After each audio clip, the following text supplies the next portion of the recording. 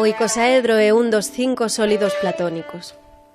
Son figuras regulares da xeometría, asociadas a elementos da natureza como lume, auga, aire ou éter.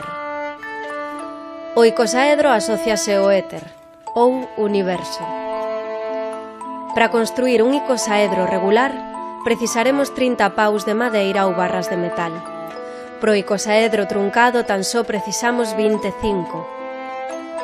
Estas barras de metal teñen unha sección de 25 milímetros e cada unha delas está rematada con 2 fragmentos de mangueira marrón de 9 centímetros de longo.